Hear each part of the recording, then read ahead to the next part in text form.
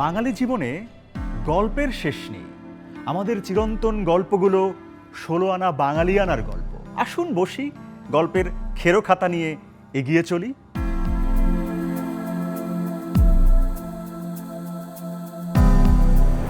যেহেতু বাঙালি সংকর জাতি, তাই স্বভাবতই এখানে পৃথিবীর সবচেয়ে সুন্দর এবং একই সাথে সবচেয়ে কুৎসিত মিলেছে একই মোহনায়। তাই তো নানা অসঙ্গতি সঙ্গতিপূর্ণ জাতির সব কিছুতেই যেন স্ববিরোধ।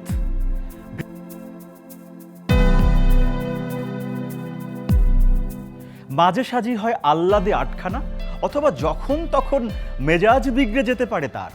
হাল ছেড়ে দেয়া ছাড়া বাঙালির কোনো গন্তব্য নেই যেন। নিরামিষ থেকে আমিষ, মোগলাই থেকে চীনা, প্রাচ্য থেকে পাশ্চাত্য, সবই আছে।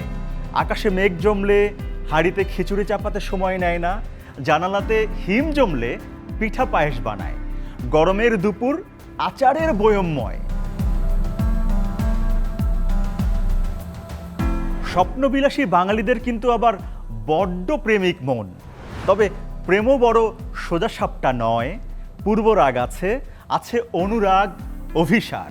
মিলন আছে, কিন্তু ভীষণভাবে আছে বিরহ, আর আছে অভিমান। এসবই বাঙালির একান্ত নিজস্ব অনুভূতি, একান্ত আপনার।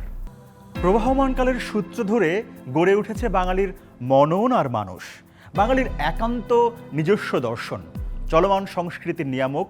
কালের চক্রে এখানে নানান মতের, নানান পথের দেখা মিলেছে। সেই দর্শনের সমাপতন ঘটেছে ধর্মেরও। বাঙালির প্রবাহমান সংস্কৃতির উৎস, লালন ও বিকাশ ক্ষেত্র। বাঙালির শেকড়ের খোঁজে, তার আত্ম অনুসন্ধানে তাই বারবার করে ফিরতে হবে তার লোকজ জীবনের যাপিত ধারায়।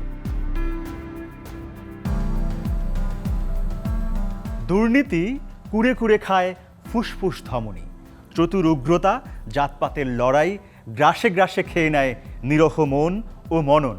এখানে কোনো আদর্শ বাঁচতে পারে না শুধু মহত্ব ও নীতিকথার জোরে।